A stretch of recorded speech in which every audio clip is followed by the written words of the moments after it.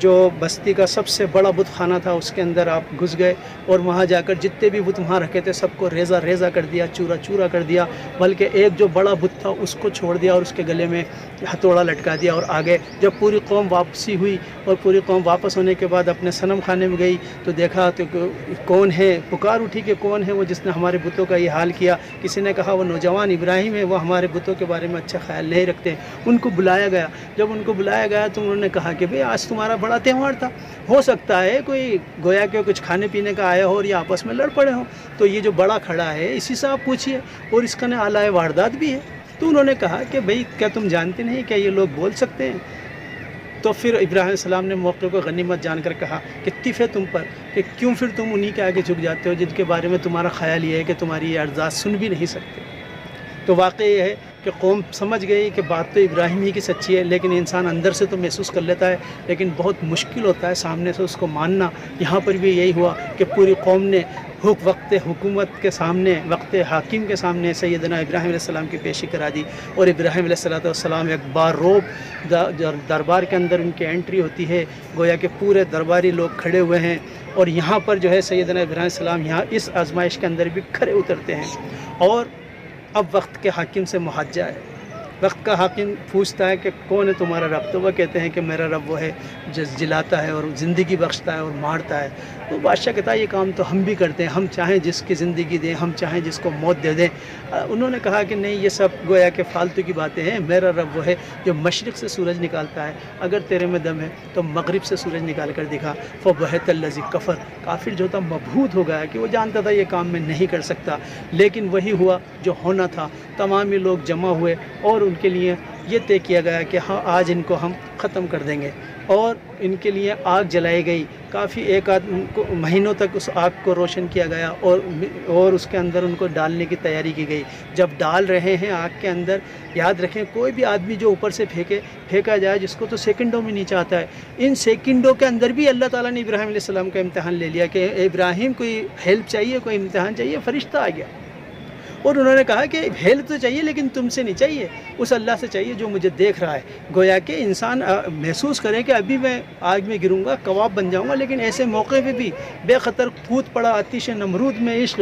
عقل ہے محو تماشا لب و بام بھی، عقل تو آپ کو روکتی ہے کہ یہ کون سا کام تم کرنے چلے ہو، لیکن یہ ہے کہ وہاں پر عقل کا امتحان نہیں ہوتا ہے، وہ دل کا امتحان ہوتا ہے. اور وہ آپ نے جس نظریے کو قبول کیا ہے اس نظریے کے اوپر اپنی جان قربان کرنے کا امتحان ہوتا ہے.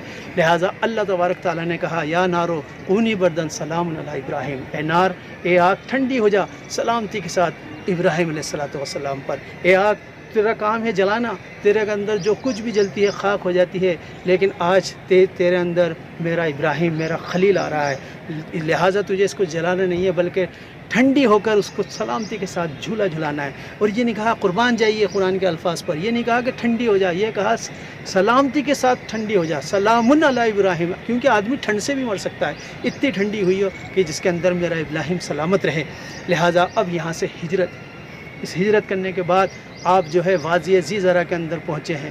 آپ خانہ کعبے، آپ رو رو کے اللہ تبارک تعالیٰ سے دعائیں مانگ کر بیٹا مانگ رہے ہیں اور اللہ تبارک تعالیٰ نے 84 سال کی عمر کے اندر آپ کو سیدنا اسماعیل علیہ السلام جیسا بیٹا عطا کیا.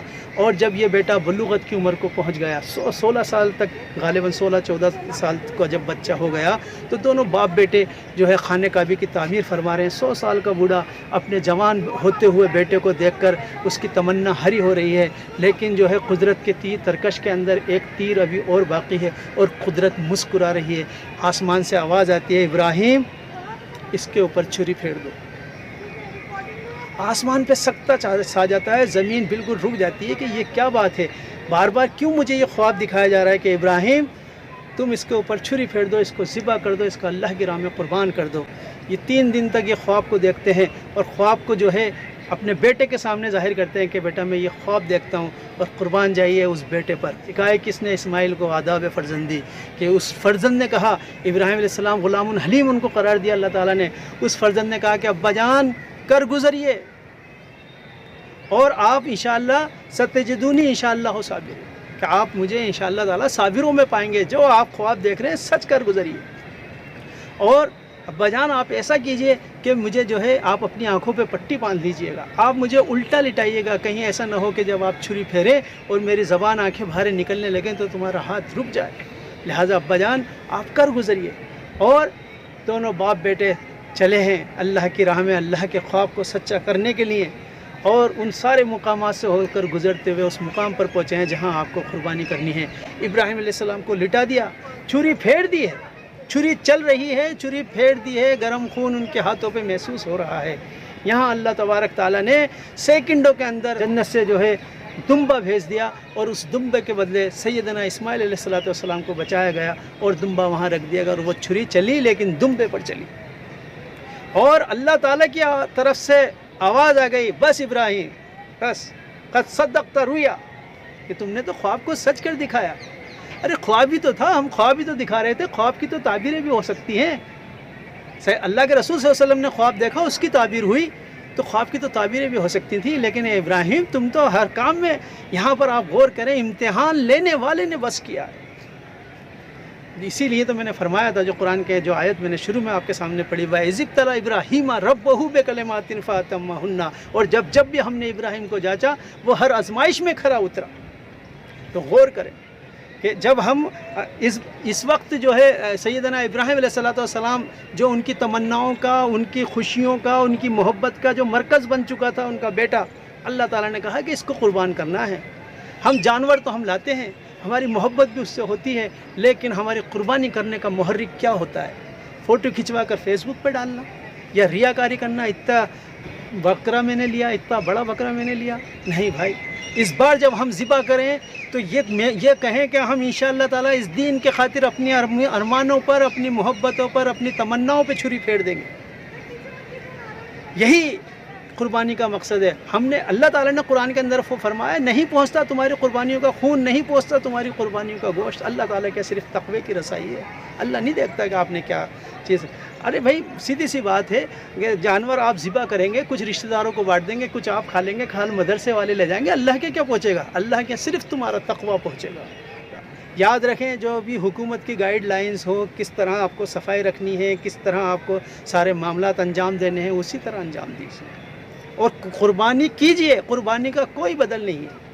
اگر آپ قربانی کرتے ہیں تو اللہ کی راہ میں حق ہے کہ اللہ کی راہ میں اس وقت جانور قربان کرنے سے زیادہ کوئی بھی محبوب عمل نہیں ہے اللہ تعالیٰ۔